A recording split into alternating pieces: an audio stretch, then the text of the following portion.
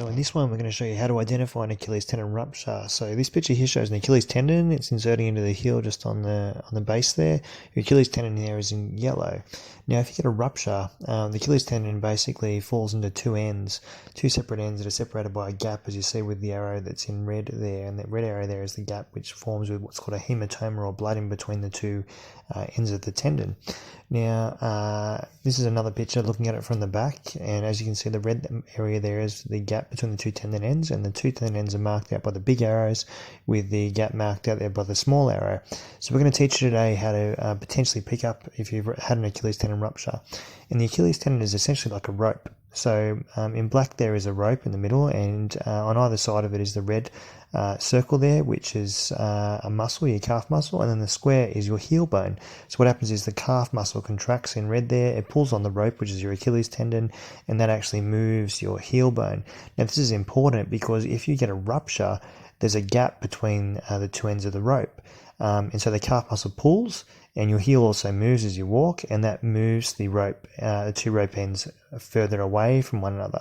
What that means is there's a gap, and over time the body will fill that gap with scar tissue, so it will heal, but your rope will ultimately be longer than before, and that has implications for your strength later on, and that's why we can't afford to miss this injury. So to explain this better, this is a stick figure called Bob Wonder. Now Bob's feet are stuck in concrete, so he can't go anywhere. Now he likes to move boulders, particularly around 50 kilos, and provided someone gives him a rope that's the right length to get to the boulder, then he'll be able to move it. And if it's the right length, he'll have tension on the rope, and that's what allows him to actually move the boulder. It allows it to move towards him, as we can see in the picture here, and that makes Bob very happy. The problem is that sometimes people give Bob a rope that's a little bit too long, and because he can't go anywhere, as in his feet are stuck in concrete, that makes it really difficult for him to get tension on the rope, and that means that he really struggles to move that 50-kilo boulder. He lacks power, and so you can see here Bob's moving on the rope's moving, but unfortunately for Bob, the weight's not moving at all, okay?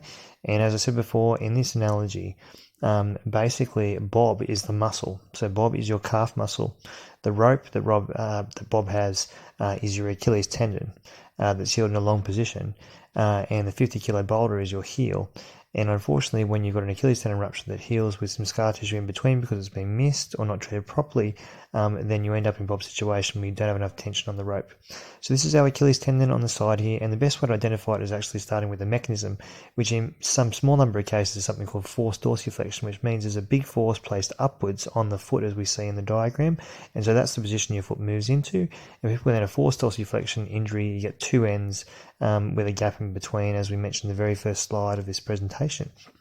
So that's one mechanism. It's probably the least likely the mechanisms, believe it or not. The more likely mechanism is forced plantar flexion, which is where the foot's pointing down and an axial force is applied. And often people will talk about being kicked in the back of the leg. Rugby league players often are running out from dummy half. It's often very, not very sinister, very simple.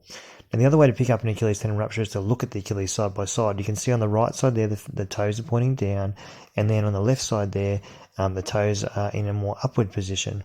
And that is the difference, because one side has a ruptured Achilles tendon and it's not on tension, and the other side has an intact Achilles. So the intact Achilles, is on the right. And I'll just mark there, you can see the feet once again are pointing down on the right, whereas the toes are sort of pointing more in an upwards position on the left there. And that's one of the first ways you can tell if you get yourself lying down on a bed with your tummy facing the bed, and just have your feet resting off the end of it. That's the first way to know if your feet are resting in a different position. That's a problem. So as you can see there on the right, you've got an intact Achilles, and the left side is a ruptured Achilles, unfortunately. So that can be how they look, and that's one of the first clues by looking at the Achilles tendon. The other way is feeling the Achilles tendon. So once you get yourself in a similar position, tummy down on the bed, legs off the end, and what you'll find is that the Achilles tendon, get someone to feel them, and they feel completely different. Often the ruptured side will feel a bit boggy, And that's because it's got a gap in it, as is marked out here by the drawing, that red area, the gap between the two ends, whereas your right side, which has not got the rupture, is intact, and so you should be able to feel a tendon the whole way down. There should be good symmetry between the two tendons if there's no rupture, so they should feel almost exactly the same, and if they don't, that should be concerning. And the last way is how they move. So there's a test that doctors usually call the Thompson test, where if you squeeze the calf in the position just here, often the foot will go into position as it is on the right there.